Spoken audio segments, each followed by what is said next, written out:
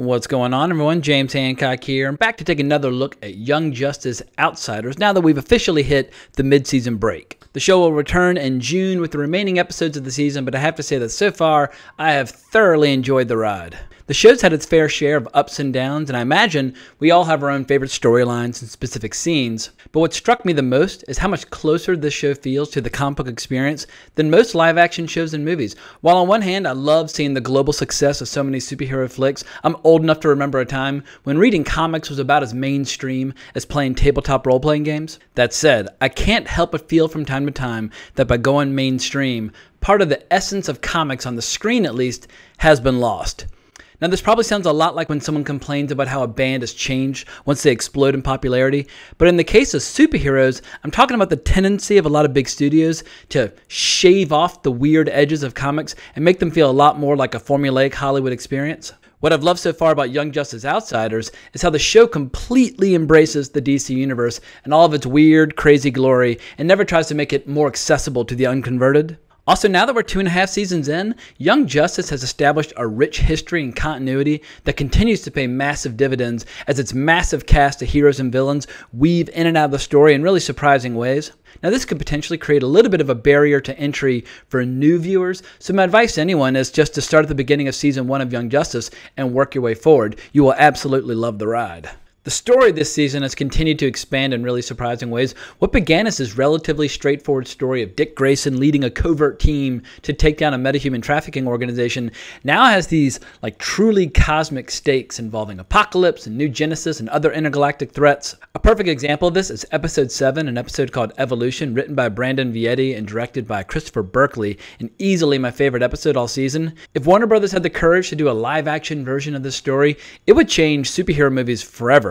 Because as it turns out, supervillains in this show have done far too good a job at reducing the overall fighting strength of the good guys. So now it's basically up to Vandal Savage, Lex Luthor, and Darkseid to strategize on how best to defend the Earth from an invasion that it turns out is being orchestrated by Starro the Conqueror. Now, my sentimental affection for Starro can't really be put into words.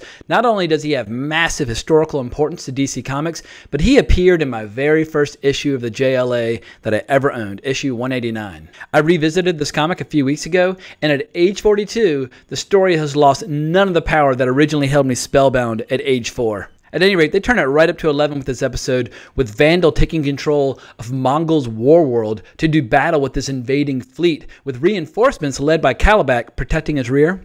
That alone would have been enough to blow my mind, but we're also treated to this series of flashbacks tracing Vandal's origins, how he first achieved immortality, and how with the identity of Genghis Khan, he originally went to war with Darkseid before forging an alliance with him, and how in the guise of Marduk of Babylonia, he actually repelled an earlier invasion by Starro centuries ago. This is one of the most badass origin stories I've ever seen in either animation or live action, and the episode reaches its climax with an absolutely ruthless battle between Vandal and Starro as he hacks him to pieces and adds his tentacle to his collection, a collection which includes an imprisoned Mongol as well as Despero. It just blows my mind how much story and plot they managed to pack into this short episode. And I haven't even mentioned yet all the great training sequences with Geoforce, Halo, and Forager, and the hysterical confession by Forager that he essentially walks around naked. Just for this episode alone, this show is worth watching, including the bittersweet dedication at the end to Miguel Ferrer. And if you don't know who that is, watch RoboCop. But as great as Episode 7 was, this season so far has had so many other great highlights. Unlike so many shows and movies, what I love about this one is that it allows the passage of time, which makes this saga feel like it has real life or death stakes. Heroes retire, heroes have children, they get killed, or they live out their days as a host to Dr. Fate. Connor's dog Wolf is starting to get old, and he spends most of his time sleeping. And we've basically seen so many of these characters grow from children into adults. For instance, Connor and McGann share one of the sexiest moments of the season when she announces that she's in the bathroom wearing only her engagement ring.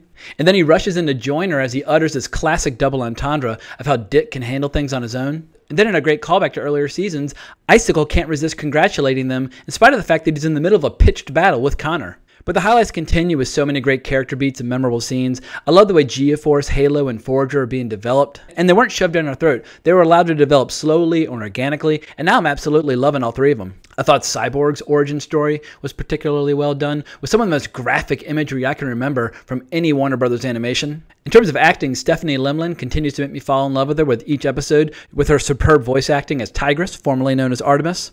Also, this show continues to show a willingness to kill off major characters, like when Shiva straight up beheads Ocean Master when his back is turned.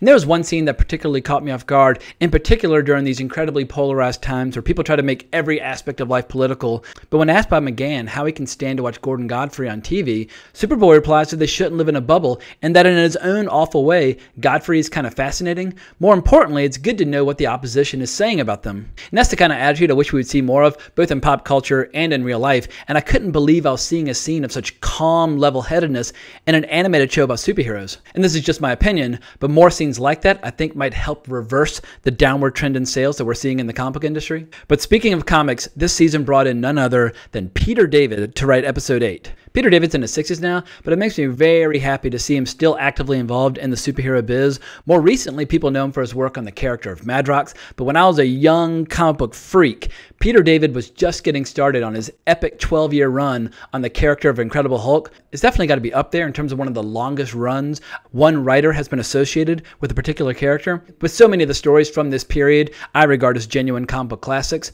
But here with Young Justice Outsiders, he wrote a very cool episode where Batman, Nightwing, and Robin break off into different groups to take down some mind-controlled villains. There was also a really cool cameo by Flash and Shazam, two heavy hitters that I always like seeing in action. But as fun and exciting as this show can be, oftentimes it's the quiet moments that actually have the biggest impact on me. At one point, Lobo shows up to kill Forager, and what follows is this fantastic battle where at one point Halo chops off one of his fingers. But when the episode ends, as usual, we're treated to a quiet moment of calm with melancholy music slowly playing. But this time around, the camera holds on Lobo's severed finger, and for me, it was almost like David Lynch had been brought in to make an episode. Because I'm a massive fan of these calm, quiet scenes at the end of every episode, but this one just had me absolutely cracking up. So I have very high hopes for the rest of the season. My hope is that strong word of mouth about the first half will drive more people to the DC Universe platform to get caught up. This is definitely one of those shows that both casual and diehard DC fans can enjoy equally, with so many different storylines to pay attention to. I love how we're left with a cliffhanger of Terra secretly in league with Deathstroke, which goes way back to the early 80s in the pages of New Teen Titans. But what I really want to see more of is Darkseid and its minions like Granny Goodness. I love how they've updated her persona and her tactics to fit right into the modern world that we know and understand. So overall, I'm just having a blast with the show, and I think it's some of the best work by Warner Animation that I've ever seen. But I'm just now realizing that I haven't really criticized anything yet, which is obviously a good sign, but if I did had to underline one grievance, is that the show, like so many, can be uneven in quality, to such an extent that sometimes I have difficulty remembering what happened in some episodes. In any event, it's time to wrap this up, but this show has been so strong, it actually makes me kind of secretly hope that the DC Universe app moving forward will place heavier emphasis on animation than in live action, but who knows, maybe Doom Patrol and Swamp Thing will be amazing. But if you enjoyed this review, I would really appreciate it if you would consider subscribing to my channel. But if you want to talk about comic books or superheroes or whatever, the best place to reach me is on Twitter at Colbrax, and there's a link in the description below. But I hope everyone has an amazing weekend. I hope everyone enjoys getting caught up on the show, and I'll be back at you in the very near future. But more importantly, as always, onwards and upwards.